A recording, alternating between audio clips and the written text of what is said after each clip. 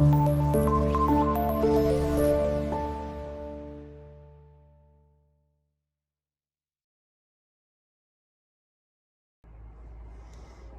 mes amis, bonjour à tous et à toutes.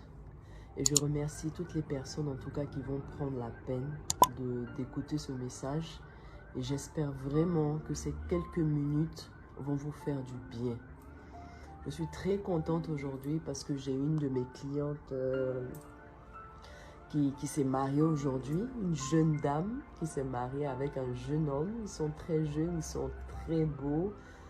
Ils ont une grâce particulière dans leur vie. C'est que malgré leur jeunesse, ils auraient pu continuer à vivre comme ça et pas honorer Dieu, pas honorer la parole de Dieu, mais ils ont fait un autre choix.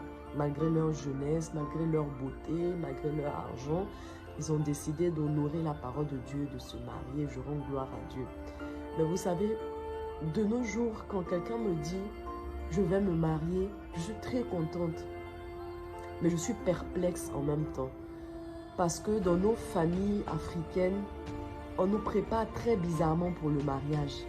Vous savez, moi je suis fille unique de mon père et de ma mère. Bon, mon père a eu une fille après, bien avant. Mais ma mère n'a que moi comme fille. Et j'ai que des grands frères.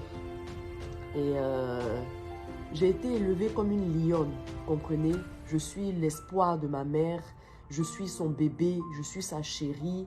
Vraiment, on ne doit pas m'écraser, on ne doit pas me parler mal, on ne doit pas, chez moi, je ne lavais pas les habits, je ne faisais pas la cuisine, on avait une nounou qui m'aidait à tout. C'est quand je suis partie à l'internat, gloire à Dieu, Dieu merci, que j'ai appris à faire mon lit, à faire mes habits, à laver mes habits, à tout faire moi-même.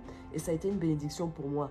Mais selon les familles, on nous élève d'une façon que le foyer, c'est pas facile. Parce que l'amour qui est là, il est patient. L'amour comprend beaucoup de choses. L'amour excuse beaucoup de choses. L'amour supporte beaucoup de choses.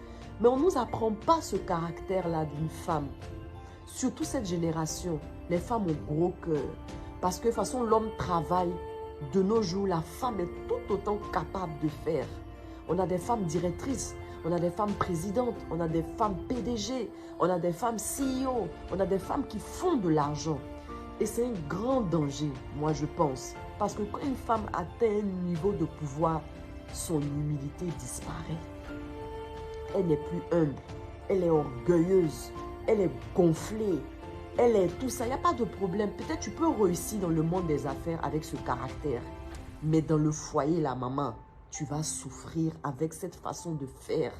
Tu vas souffrir avec cette façon d'être. Je t'assure, tu vas souffrir parce que l'homme est l'homme. Même si toi, tu es CEO là, et que lui, il est gardien, l'homme, c'est l'homme. The man is the man.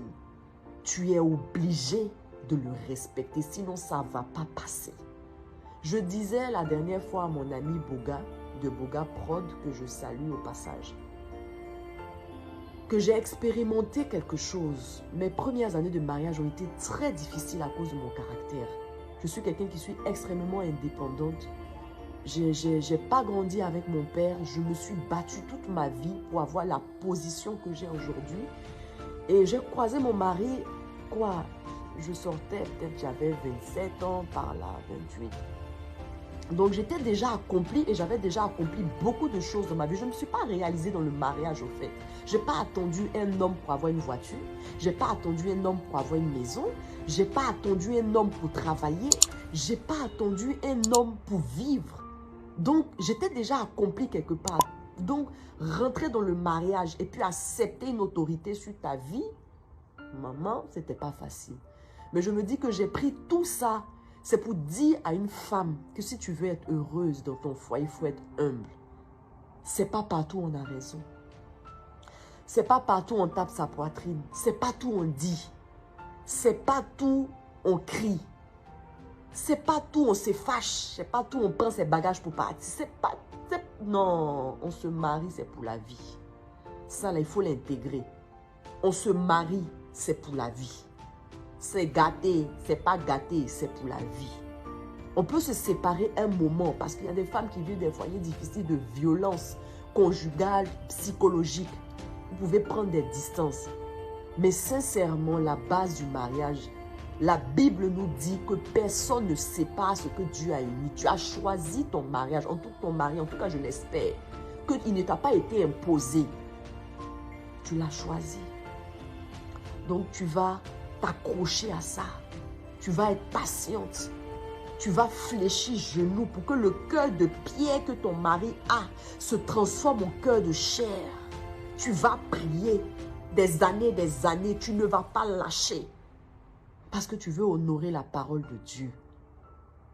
Tu vas être douce, tu vas être patiente. Ce n'est pas ton affaire, tu vas expliquer à toute ta famille, à tous tes amis. Non. Tu vas fléchir genoux et dire, Seigneur, voilà ce que mon mari m'a fait. Voilà, voilà, voilà. Donne-moi la force de pardonner et de passer à autre chose. Donne-moi de connaître le moment propice pour lui parler avec douceur. Vous savez, j'ai appris une chose. La vérité, même quand elle est dit avec douceur, ça fait mal. Même quand tu dis tu cherches le moment propice, tu te dis le soir, on est couché, on cause, je vais lui dire que ce qu'il m'a fait là. J'ai dit, oh, la vérité là, même dans la douceur, ça fait mal. Donc il faut accepter aussi les réactions en face, même s'il pète une casse. Il n'est pas câble électrique, mais souvent il pète les plombs. Il faut accepter. C'est que si tu as déjà dit ton truc avec sagesse, intelligence, c'est rentré. Ça va travailler, il va crier peut-être, mais tu as déjà dit intelligemment. Tu sais que même s'il a fait, on s'en va exposer quelque part, je ne lui ai pas manqué de respect. J'ai dit ça comme ça va passer. Mais toi qui te maries, je te souhaite beaucoup de bonheur. C'est Dieu qui a institué le mariage, ce n'est pas nous. Alors que ce Dieu-là honore vos mariages et qu'il vous donne l'amour qui est la clé de toute chose. L'amour même est la clé de ce monde. Le fondement de ce monde a été fait sur l'amour. Le don du Christ aux hommes a été fait sur la base d'amour. Tout est amour. De grâce, soyez remplis d'amour. Soyez patients. Écrivez ça quelque part. Je ne me suis pas mariée pour divorcer. Accrochez-vous à ça et demandez à Dieu de vous aider. Vous jeûnez pour l'argent. Vous jeûnez pour le travail. Vous jeûnez pour beaucoup de choses futiles. Jeûnez pour l'amour. Jeûnez pour la patience. Jeûnez pour le courage. Jeûnez pour la tempérance. Jeûnez pour être une femme qui pèse, pour être une femme solide, pour être une femme inébranlable. Jeûnez pour ça aussi. Jeûnez pour pardonner. Ton mari peut te tromper. J'ai une amie qui me demandait un jour, quand tu parles de pardon, si ton mari te trompe, je dis ça va me faire mal. Ça va me blesser. Mais je ne vais pas quitter mon foyer parce que mon mari m'a trompé. Je vais fléchir les genoux que Dieu m'a donnés. Qu'est-ce qui n'a manqué chez moi pour que mon mari aille dehors? Je vais fléchir mes genoux pour que cette chose-là vienne en moi. Mais je ne vais pas laisser mon foyer. Je ne vais pas quitter mon mari. Il y a quelque chose qui s'est passé chez moi. Je vais trouver pour que mon mari aille voir dehors. Et je ne vais pas quitter mon mari. Je suis désolée. Je vais prier, intercéder, que la douleur me quitte et que je puisse devenir cette femme-là que mon mari a aimé, épouser, mettre dans sa maison. Et on ne nous enseigne pas, jeunes gens, jeunes femmes. Instruisez-vous avant de rentrer dans le mariage. C'est beau de dehors, mais c'est un combat, c'est un défi quotidien.